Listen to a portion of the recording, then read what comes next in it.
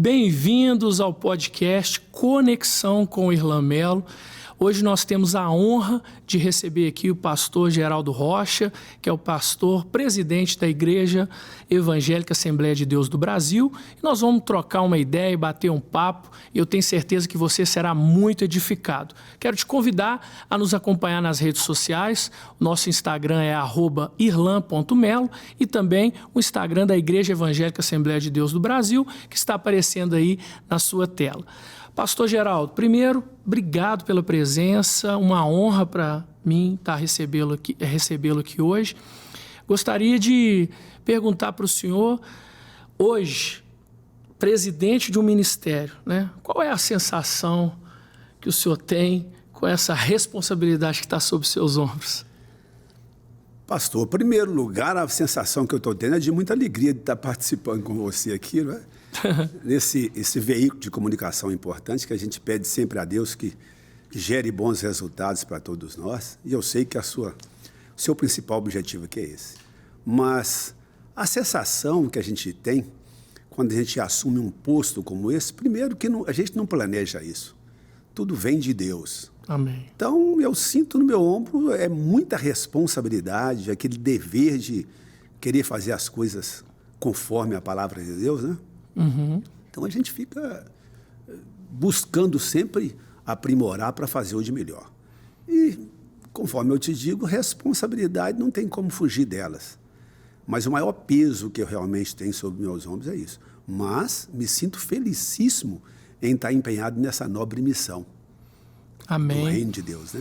Pastor, conta pra gente, conta para os nossos telespectadores aqui da Rede Super, aqueles que estão nos acompanhando também nas redes sociais, como foi a sua experiência de conversão?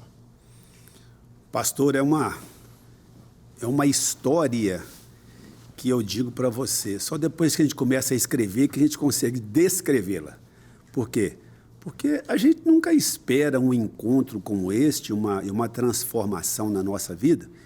Eu era uma pessoa que eu tinha muita resistência com essa prática cristã. O senhor não nasceu no lar evangélico? Não nasci. E aí eu tinha muita resistência com o pessoal entrando na casa da gente, e negócio de Bíblia, essa história toda. Eu ficava pensando, meu Deus, esse pessoal, eles podiam fazer alguma coisa, ficar invadindo a casa da gente, né? E assim foi, quer dizer, do meu querer não havia qualquer tipo de simpatia. Mas um belo dia as coisas aconteceram. Como é que foi? Primeiro os meus pais, né? Minha mãe começou a receber aquelas pessoas na casa da gente, o pessoal com essas visitas para evangelizar. Uhum. E eu então comecei a perguntar, mãe, mas o que é isso? Tudo mais, o meu filho, e aquele primeiro mensageiro, né, que é os nossos familiares. E aí eu falei, mas não preciso ir na igreja para isso, não.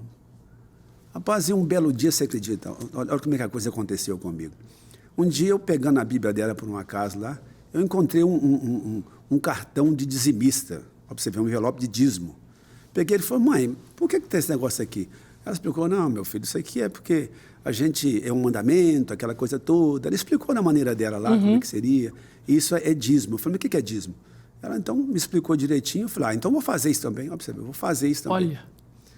Olha, naquela época o senhor já tinha algum recurso, já trabalhava? Trabalhava, já trabalhava, né? E a minha conversão aconteceu. Isso em Belo Horizonte mesmo? Belo Horizonte. Okay. A minha conversão aconteceu aos 18 para 19 anos de idade, né? Quando aconteceu a minha conversão. E aí as coisas aconteceram. Bom, havia um culto no vizinho lá. Inclusive, a gente falava aqui com o pastor de pessoas muito ligadas a ele que faziam esse culto vizinho. Eu ficava lá em casa ouvindo aquilo. Um dia, de tanta vizinha insistir, eu fui lá assistir o culto. Né? Gostava de tocar, o pessoal gostava de tocar acordeon, aquela coisa toda. Eu comecei a pegar afinidade exatamente a partir disso aí. Foram os primeiros passos da minha conversão. O senhor tocava também, não? Eu tocar mesmo, não. Eu era familiarizado um pouquinho com instrumento musical. Certo. Mas um exímio tocador nunca fui, não. E essa igreja, como é que ela era? Era uma igreja bonita, preparada, pronta? Como é que era essa igreja? Fisicamente? Extremamente simples. Certo. Uma igreja em que ela era muito improvisada com uma cobertura de lona, Olha. naquela época, mas curioso que a cobertura, ela não cobria a igreja toda, só uma parte dela. A outra parte você ficava ao céu aberto mesmo. Os banquinhos eram aqueles bancos com 2 pés de madeira e uma tábua pregada por cima. Não tinha encosto, não tinha nada. Uau. E o Qual chão, bairro? Aqui no bairro Santa Cruz. Santa Cruz. E o piso da igreja é terra batida.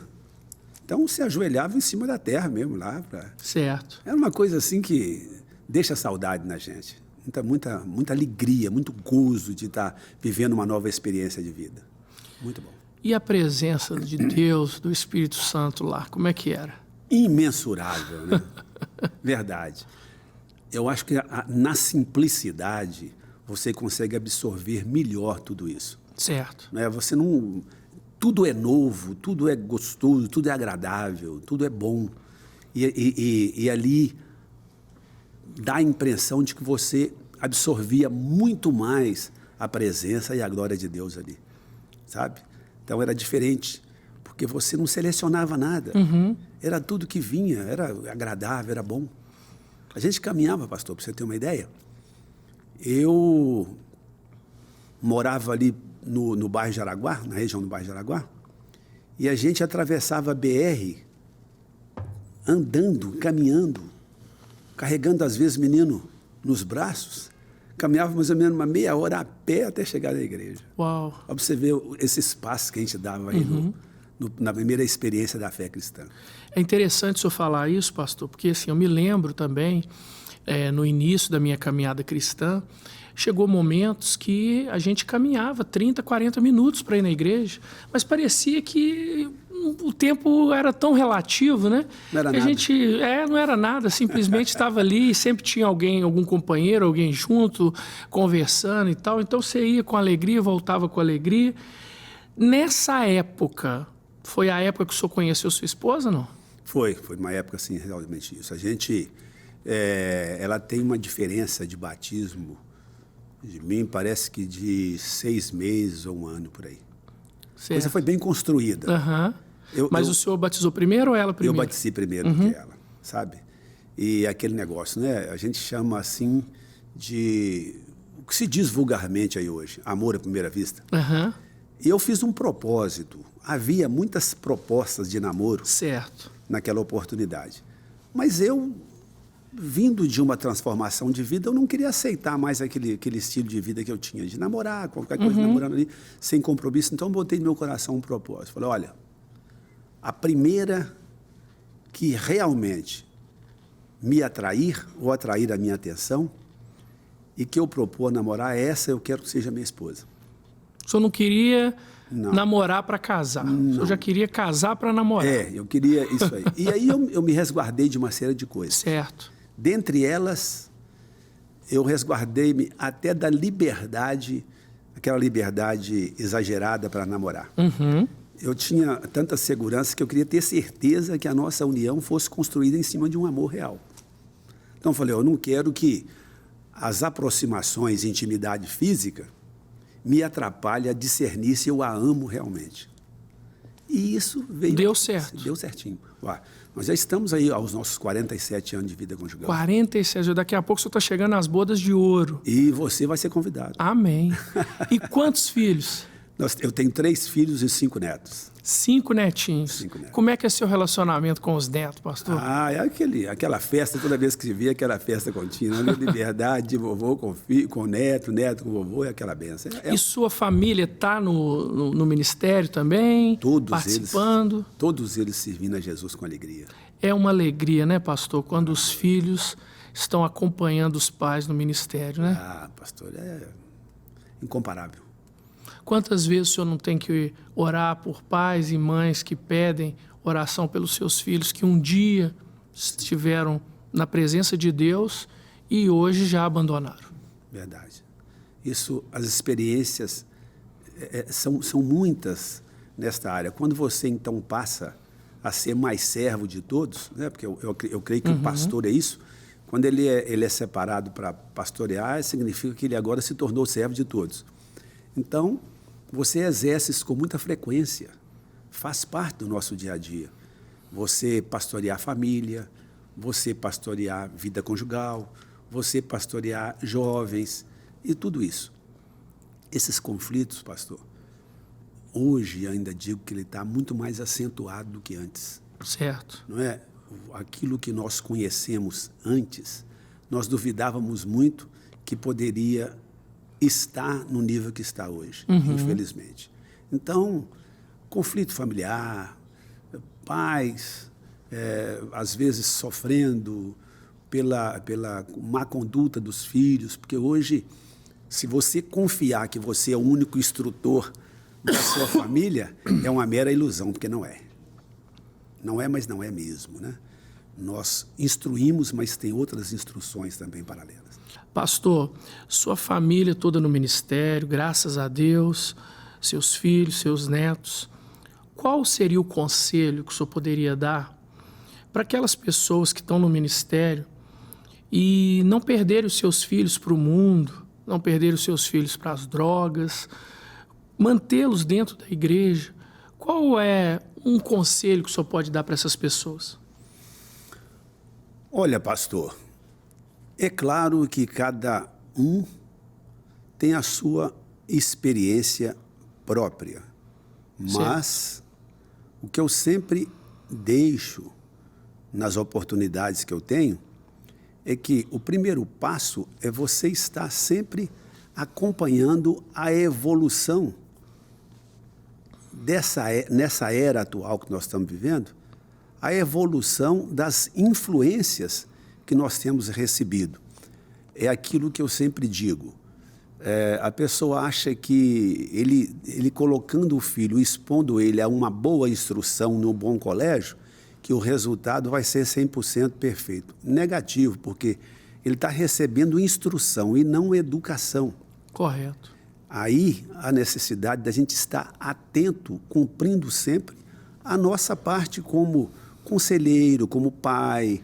Nunca entregar o filho à mercê das influências e, principalmente, repito, nessa era atual em que isso está muito, mas muito ameaçador, as pessoas têm aprendido muito mais com as influências e aí o que acontece? Vai gerar um resultado. Aí você fala assim, mas nós vamos então ignorar isso? Não. Eu sei que o alimento ele é muito bom para a saúde, mas não quer dizer que você tem que alimentar em grande quantidade porque ele é gostoso, ele é prazeroso. Não, tudo é comedido. Se tivermos uma boa disciplina para convivermos com essa realidade e nunca fugir da responsabilidade paterna ou materna. Nunca, nunca, nunca. Sempre acompanhar, porque o filho precisa ter confiança no seu líder. E hoje não é bem assim, porque eles estão muito expostos. Hoje, uma reunião perfeita de uma classe de jovens e adolescentes, você não escuta ninguém falando nada, cada um está conectado de um jeito, absorvendo de uma maneira diferente. Então, não podemos cruzar os braços, não. Verdade. É o que eu sempre chamo a atenção e procuro acompanhar. Agora, principalmente com os meus netos, né? Sim. A gente está sempre ali junto. A responsabilidade dos pais, né? É claro, claro. Pastor, conte para mim também, para que a gente possa também ter esse conhecimento, como é que foi seu chamado ministerial? O senhor contou que o senhor teve essa experiência com Deus, nessa igreja simples, começou dando dízimo, depois se batizou. Como é que foi o chamado ministerial na vida do senhor? Pastor, eu tinha aproximadamente 2 para 3 anos na igreja e já sentia sobre meus ombros responsabilidades que elas vinham quase que automaticamente. Quando você acordava, você estava liderando um grupo na igreja, estava liderando um departamento. Não é possível. Me considerava imaturo e já estava fazendo parte lá da banda para tocar. Tinha que ter essa responsabilidade. Servia. E aí, um belo dia, alguém disse assim, vou separar você para exercer em um ministério que eu creio que é a sua chamada, que você tem muita avidez para estar levando o evangelho, para estar pregando para as pessoas, persuadindo-as.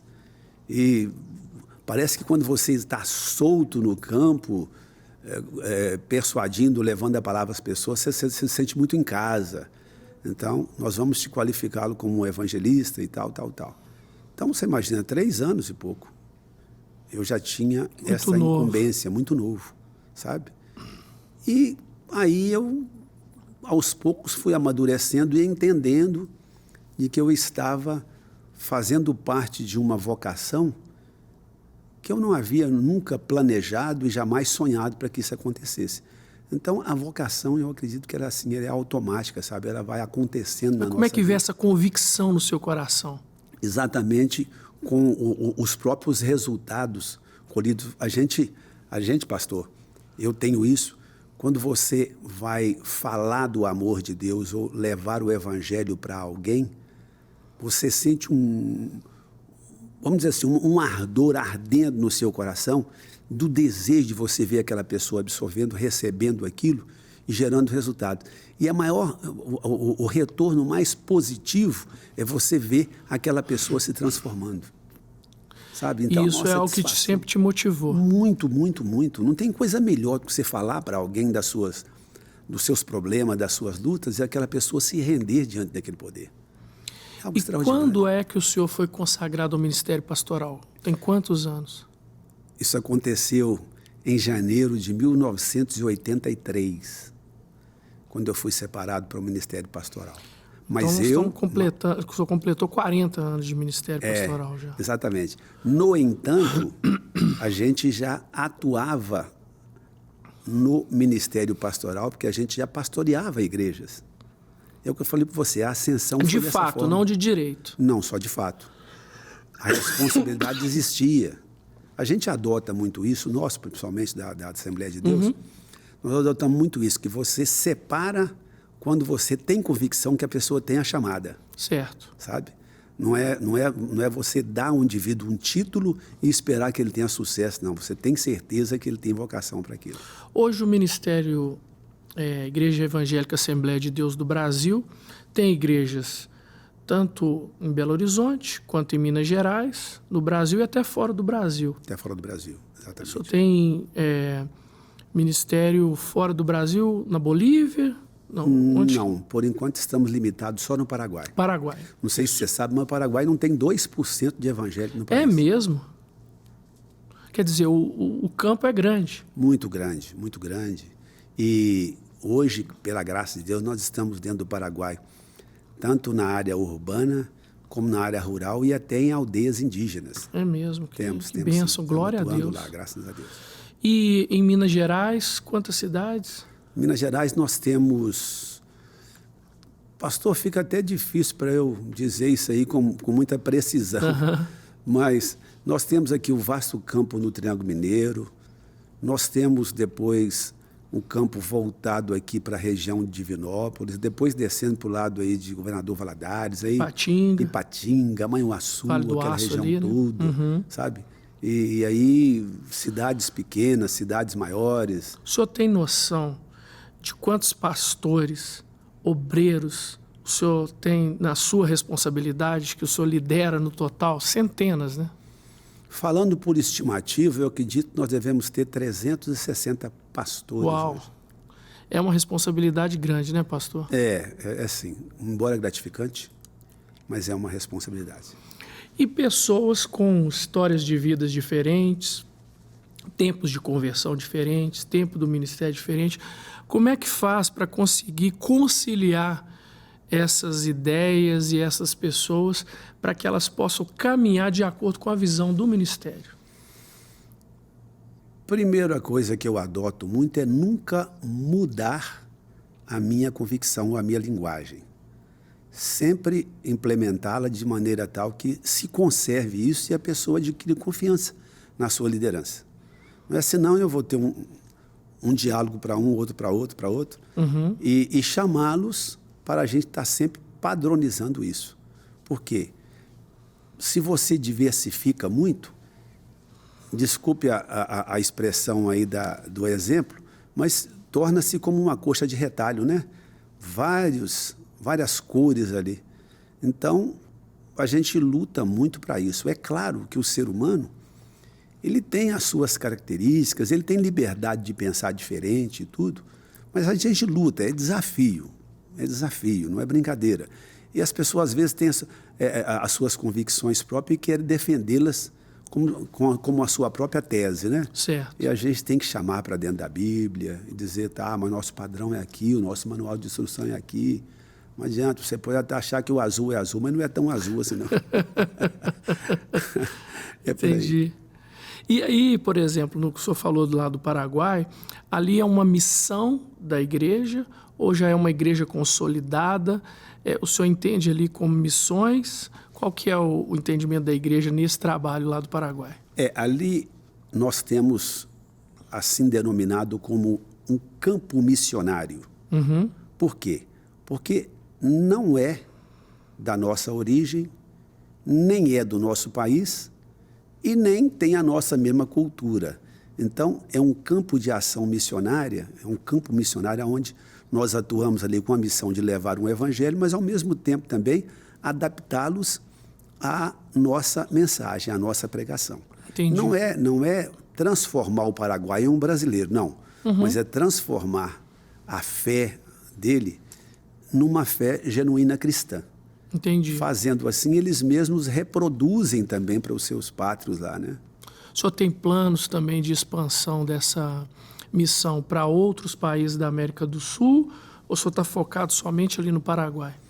Não, planos sempre temos, né? Uhum. Porque o convite, ele estando aí, o Senhor Deus provê as oportunidades, as necessidades. Uhum. E é aquilo que eu sempre digo, onde o Senhor me mandar, eu irei, né? Amém. Amém. Então, a gente está aberto para servir ao Senhor onde Ele precisar de nós. Glória a Deus. Pastor, o senhor, como tem tratado com muitos pastores, né? O senhor não é só pastor de ovelhas, o senhor é pastor de pastores, né? O senhor tem uma responsabilidade gigante sobre os seus ombros. Uhum. E a gente tem visto, infelizmente, alguns pastores que estão abandonando o ministério, em depressão, e alguns até tirando a sua própria vida. A que o senhor atribui esse tempo que nós estamos vivendo, onde pessoas que deveriam estar à frente, liderando, estão passando por esse tipo de dificuldade? E qual conselho o senhor daria para um pastor que está passando por isso? Se é que o senhor também já passou por algum momento de angústia, de depressão, de dificuldade também? Não, eu não cheguei a passar por esses tipos de agressividades, não, de maneira nenhuma, mas exemplos no nosso convívio nós temos. Certo. Sabe?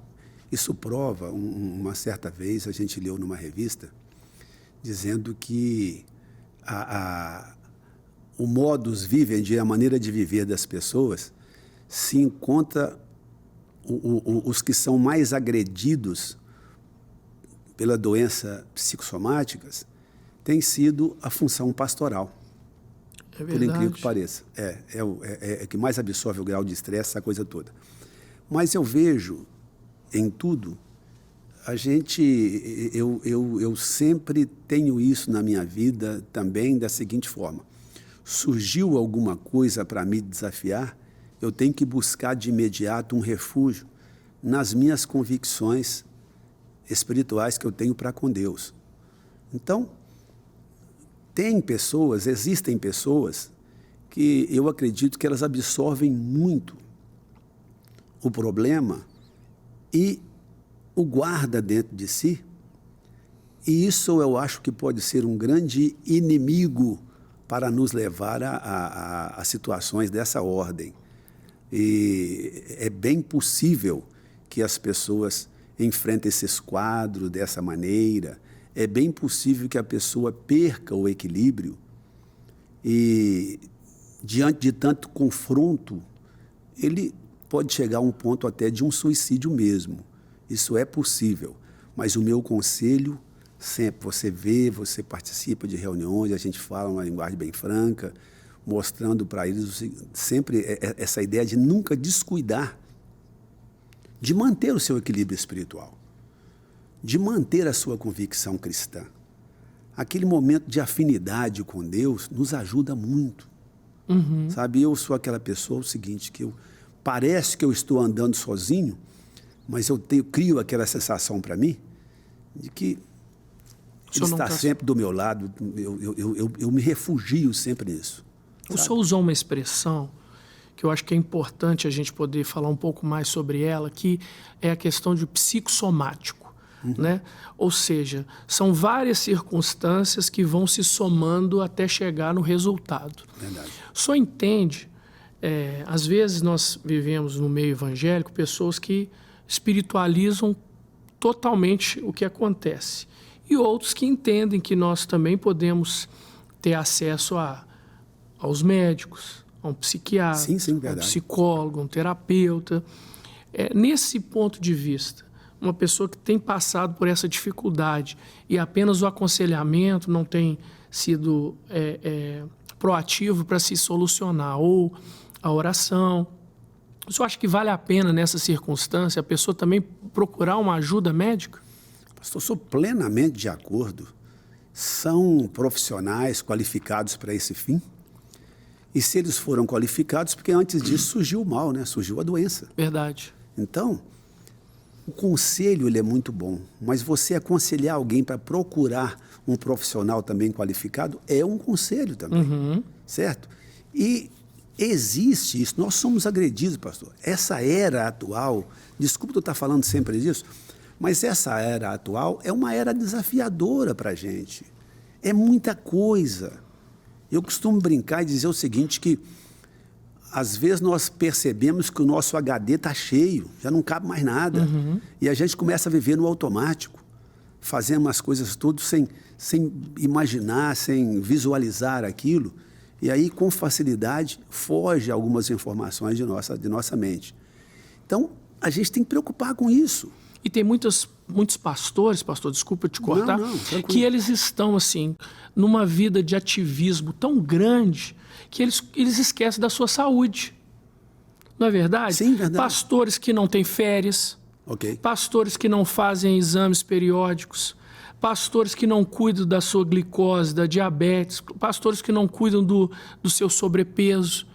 E a rotina é uma rotina estafante. Verdade. E o tempo chega para todo mundo. Chega. Isso é matéria de diálogo do senhor com seus pastores também? O senhor pensa nisso? Qual que é o conselho que o senhor nos dá? Pastor, é uma coisa que eu preocupo muito em aconselhá-los, a questão dos exames preventivos, sabe? Você tem necessidade, você precisa fazer os periódicos, acompanhamento médico, fazer os seus check-ups, porque a surpresa, ela está sempre aí, e às vezes sempre desagradável, desafiando a gente. Eu sempre digo o seguinte, que é melhor você atuar no preventivo do que no corretivo, porque no corretivo pode ser que você não tenha nem estrutura. Verdade. E quando surge um corretivo, conforme o seu grau de evasão na nossa intimidade, no nosso físico, pode debilitar de tal maneira que você fica ali já limitado, sabe? Devido à intervenção que se aconteça. Eu tenho esse zelo e falo a linguagem tanto para homens como para mulheres.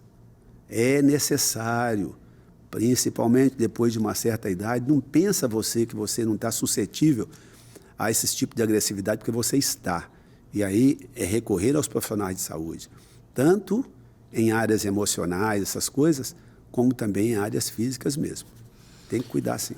Pastor, e nessa área, né, falando dessa área, o senhor também, como a experiência que o senhor tem de casamento e tudo mais, nós vemos também, infelizmente, muitos casos de divórcio dentro das igrejas. Qual é o segredo, ou quais são os conselhos que o senhor pode dar para que as pessoas que estão participando hoje aqui desse podcast possam ter um casamento de sucesso? O senhor considera que o seu casamento é um casamento de sucesso? E como considero? Hoje a gente escuta muito isso. Quantos anos você tem de casado? Eu tenho 10 anos com a mesma mulher? Quer dizer, é um absurdo a pessoa delimitar uma vida conjugal dizendo 10. Não, isso não é inconcebível na era atual. Aí é que nós entendemos que a interpretação conjugal também dessa época, você sabe o que significa vida conjugada hoje. Uhum. Não depende de altar, não depende de cartório, não depende de nada disso. Simplesmente entrar num acordo ali, vamos viver, e ainda usa aquela brincadeira dizendo que vivendo com fé, casado é, né? Certo. Então, eu não aceito, não concordo com isso, em se tratando de falar de uma estabilidade conjugal. Certo. Sabe por quê? Porque se nós não tivermos, pastor, fundamento, se não tivermos raízes, jamais conseguiremos sustentar ou resistir às tempestades. Jamais. Uhum. E vida conjugal e casamento é isso. Eu até digo, quando eu oficio cerimônias religiosas, eu sempre digo o seguinte: casamento, você casa é para fazer o seu cônjuge feliz. Uhum. E ele, da mesma forma, essa reciprocidade tem que existir. Agora, se eu casar pensando, não, eu vou casar e eu quero que a pessoa me faça feliz, eu quero que a pessoa me... É uma mera ignorância. E aí não resiste quando os reveses surgem, né? Não resiste mesmo. Daí a pouco começa... Um outro dia eu dizia para alguém, quando você casou foi com os defeitos do seu cônjuge? Foi. Por que agora você está rejeitando? Né? Verdade, até porque na fase de namoro, noivado, às vezes a pessoa faz esconde os defeitos, né? Verdade. E deveria ser o momento em que a pessoa estava mais se preocupando em conhecer os defeitos, né? Porque durante o tempo a tendência é os defeitos aflorarem mais do que as virtudes. Certo? Agora, para alguém que ainda está solteiro e que está buscando ali aquela pessoa que vai ser o seu cônjuge, qual o conselho que o senhor daria para essa pessoa? O que ela deve fazer para não errar o alvo? Eu diria para a pessoa o seguinte: quando você colocar no seu coração o desejo de conjugar a sua vida com alguém, de casar, primeiro passo, use o seu coração ao invés de usar os seus olhos, os seus lábios. Use o seu coração.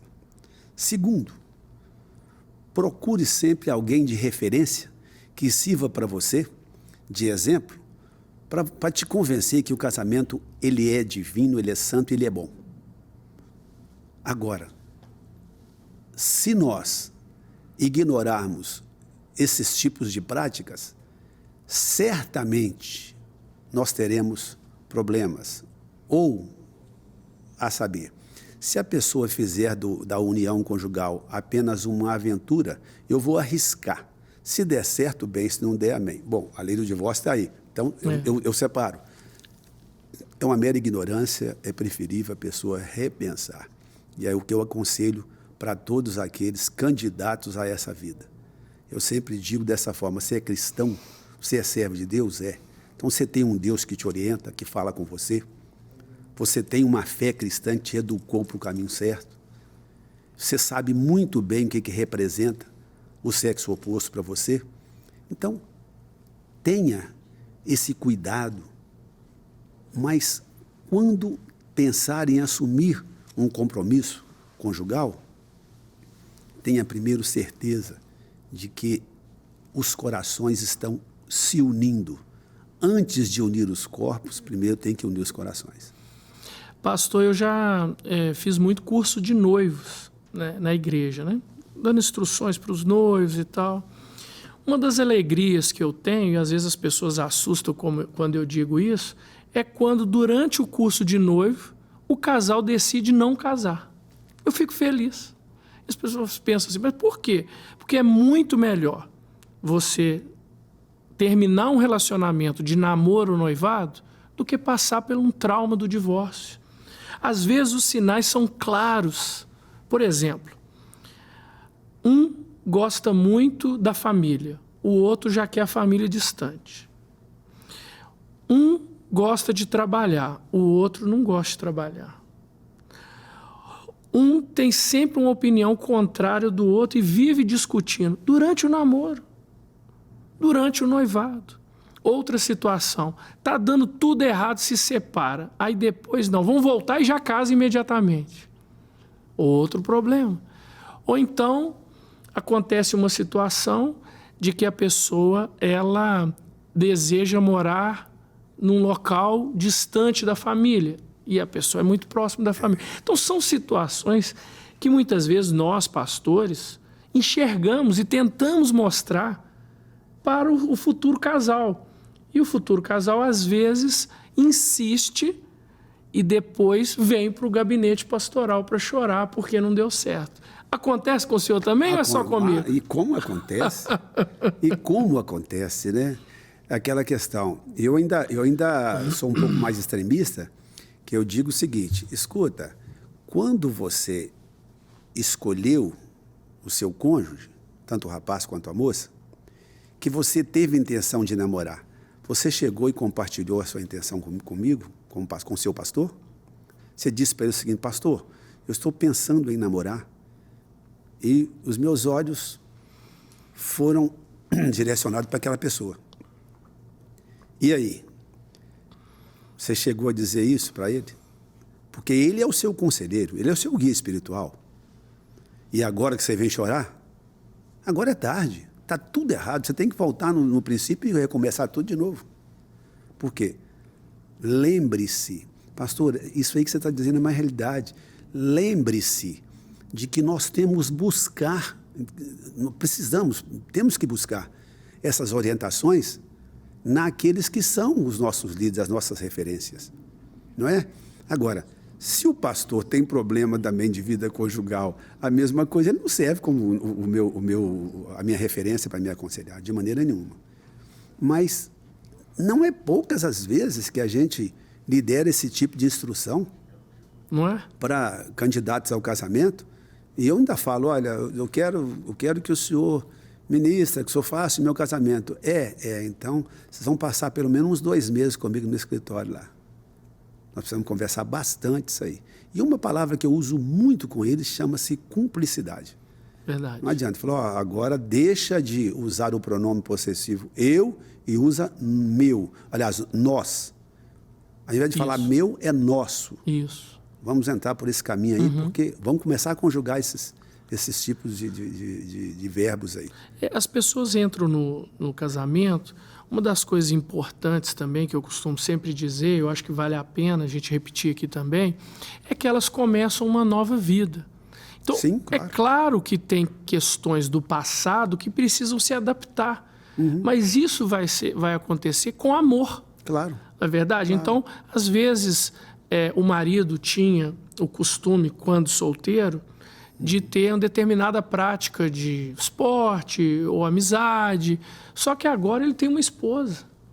Então, ele precisa entrar num acordo com ela para que ou ele prossiga, ou ele faça de uma forma diferente. Da mesma forma, a esposa, que tinha, né, uma prática antes, agora tem um marido e precisa. São 2 pessoas criadas em mundos completamente diferentes, que estão se encontrando ali e precisam esforçar. Porque, na verdade, pastor, se eu quero prevalecer a minha vontade o tempo todo, esse casamento tende a dar errado, não é? É verdade, não existe isso, né? Não existe vida conjugada. É isso. Eu, antes de casar, gostava muito de jogar futebol, jogava muito futebol. E depois que eu casei e tudo, primeiro que vieram outras responsabilidades. Certo. Não tinha mais tempo. E segundo que eu falei, agora... E o senhor jogava em qual posição? Eu jogava com a camisa número 4. Então o senhor estava lá na zaga, na zaga. Mas de vez em quando eu arriscava lá, ia ter na frente lá para ajudar os colegas lá por ele.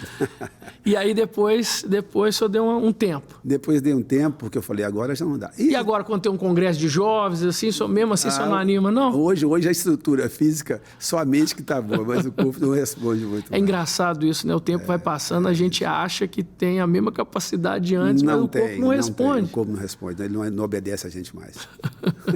Eu sei que no ministério do senhor existe a união de moços pentecostais. Exatamente. E é muito pujante. Muito. Vocês fazem congressos gigantes com muitas pessoas. É importante esse ar fresco dentro do Ministério da Juventude. O senhor dá espaço, liberdade para a juventude dentro da sua igreja? Sim, pastor. Primeiro que é um público diferente. Essa interação aí entre eles é muito importante, porque eles não vão ter paciência, às vezes, de ouvir uma pessoa mais maduro. Eles precisam de se associarem, se socializarem entre si e viverem essa vida deles.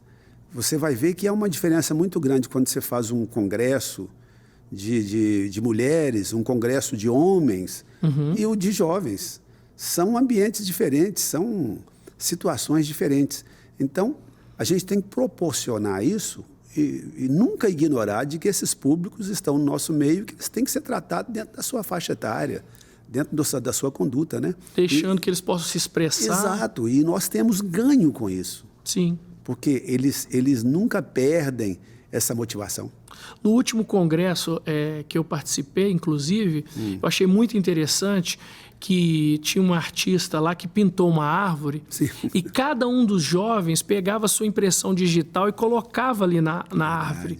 Só que esta árvore é a árvore do ministério, ou seja, eu tenho a minha identidade aqui com o ministério, né? Então, até numa atividade cultural, lúdica, você está ensinando. Sim, verdade. O senhor vê isso também? Claro. Aí você imagina que aquela classe não te ensina. Ensina sim. Nós absorvemos aprendizado de vários lugares e de várias faixas etárias. Estamos aprendendo desde a tenra idade até a maior idade, né? E nesse momento também que a gente vê muitos jovens também sendo batizados com o Espírito Santo, né? Tendo experiências espirituais com Jesus. Isso é importante. Qual a importância do Espírito Santo no ministério do Senhor? É vida, né? O Espírito Santo, sem ele, simplesmente a igreja não fica sem ação. Quando o Senhor Jesus disse assim, olha, eu vou para o Pai e vou enviar um outro Consolador. Já imaginou a igreja vivendo sem esse Consolador? O Senhor Jesus encerrou o seu ministério. Então, ele falou, mas eu vou enviar um outro para dar continuidade. Vem o Espírito Santo já com outro ministério, que é o da santificação. Eu diria isso. Então, você já imaginou se não acontecesse isso? Por isso que ele falou, ó, é um outro poder que vocês vão receber. Agora já é um poder para atuar, é um poder para evangelizar, é um poder para transformar a pessoa. É totalmente diferente daquilo que eu falei. Se eu vim para criar uma igreja, para construir uma igreja, para edificar uma igreja, agora essa igreja existindo, ela vai receber um revestimento de poder para funcionar, para sair. Então, é de suma importância. Mas, pastor, o Espírito Santo atuando na vida de uma pessoa, não gosto muito desse termo, não, mas vou dizer, é uma energia mais sobrenatural. O indivíduo, ele atua sem se cansar, sem entristecer. Ele é movido por uma satisfação inexplicável. Pastor, dentro dessa sua resposta, eu te pergunto, qual foi, se é que o senhor pode nominar, a sua maior experiência espiritual? A sua maior experiência com Deus? O que o senhor poderia dizer em relação a isso? Tem uma específica que te marca? Pastor, eu teria, numa situação dessa, praticamente que refletir para ver se eu realmente teria uma expressão maior do que as outras. Mas eu diria, um primeiro momento, eu diria que foi eu poder enxergar uma realidade da minha vida, de poder imaginar o seguinte, eu vendo o lugar o lugar do meu início, um perfil, mas poder estar olhando como se tivesse uma linha divisória. Eu estou do lado de cá e do outro lado. E a ousadia que eu tenho em poder não só exercer esse ministério, mas falar com Deus, conversar com Deus na minha intimidade e sentir naquele momento um grau de transformação tão grande de que aquilo que era, a princípio, sei lá, um transtorno, uma dificuldade, uma tristeza, aquilo se transformar num grau de satisfação muito grande, um refrigério, uma coisa assim. E já aconteceu isso comigo. Eu passei por um momento, pastor, tu dizendo isso, uma experiência, uma provação muito grande. Certo. Eu cheguei a casado, os meus filhos ainda muito pequenos, bebês mesmo, novos. A diferença de um pelo outro, dos mais velhos, a diferença de um pelo outro é de 1 ano. Certo. E eu passei por uma prova de dificuldade financeira muito grande. Embora já profissional, qualificado e tudo, mas as portas fecharam de emprego. Uhum. Não tinha nada. E aí, surgia as amizades lá, alguém que às vezes chegava, não, eu vou te dar isso aqui para você fazer, para você comer, para você não passar dificuldade. Uhum. Mas eram aquelas coisas bem pouquinhas mesmo que aconteciam. Certo. E a minha esposa, ela chegou a negociar o leite materno no banco de leite, vender para a gente adquirir recursos para sobrevivência. Olha só. E isso passou e Deus mostrou para mim que era realmente a vontade dele que prevalecia na minha vida, para que eu entendesse que é ele que estava no comando das E que o coisas. senhor dependia 100% dele. 100% dele. Então, eu costumo dizer para as pessoas o seguinte, fala, tempestade na vida do crente não é a ausência de Deus, pelo contrário. A Entendi. tempestade ela não vem para te destruir, te vencer, mas para provar de que Deus, ele está do seu lado. Porque ele estando do seu lado, aconteça o que acontecer. Amém. Glória a Deus. Pastor, nós temos um quadro aqui no podcast Sim. que é de ovelha para pastor. Ovelha para pastor? Então o senhor vai ver uma perguntinha aí de uma ovelha para o senhor. Tudo bem. Vamos ver. lá. Pastor Geraldo, nosso presidente, tudo bem? Pastor, eu gostaria de fazer uma pergunta para o senhor. Pastor, com a experiência que o senhor tem, como é esperar em Deus na prática? Responder? Sim? Olha, esperar em Deus na prática, embora sendo uma situação que parece difícil, mas eu chamo ela de muito mais promissora, porque viver uma prática é diferente de viver uma teoria. As pessoas falam assim, eu estou esperando em Deus, mas aquilo é meras palavras.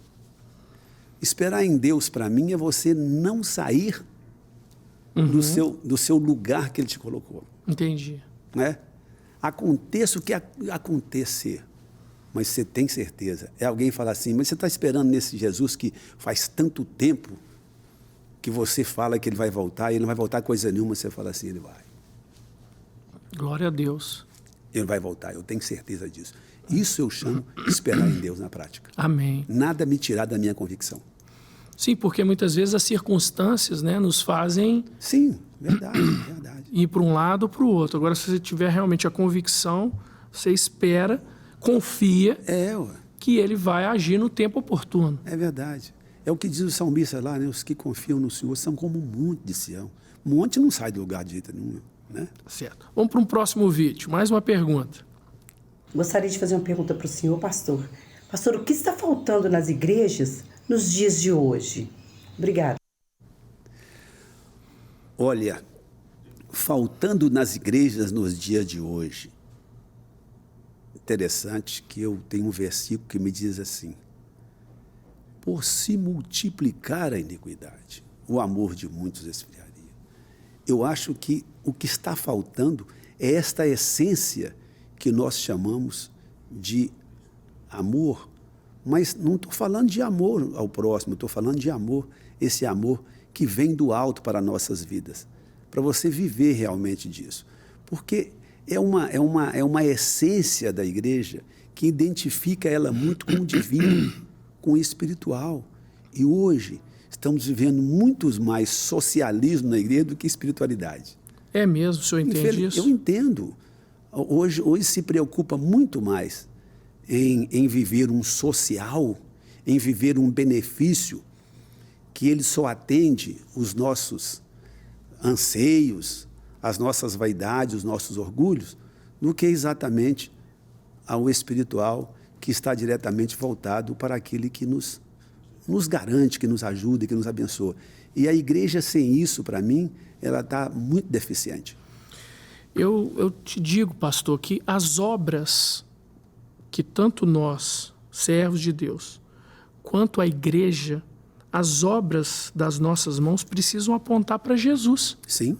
Precisam apontar para Cristo. Verdade. Se eu tenho convicção do meu chamado, se eu tenho convicção da minha missão, como igreja, como servos e servos de Deus, eu preciso entender que tudo que eu estou fazendo precisa ser para a honra e para a glória do nosso Senhor. Verdade, porque senão pastor. não tem valor, né? Verdade, pastor. É isso mesmo.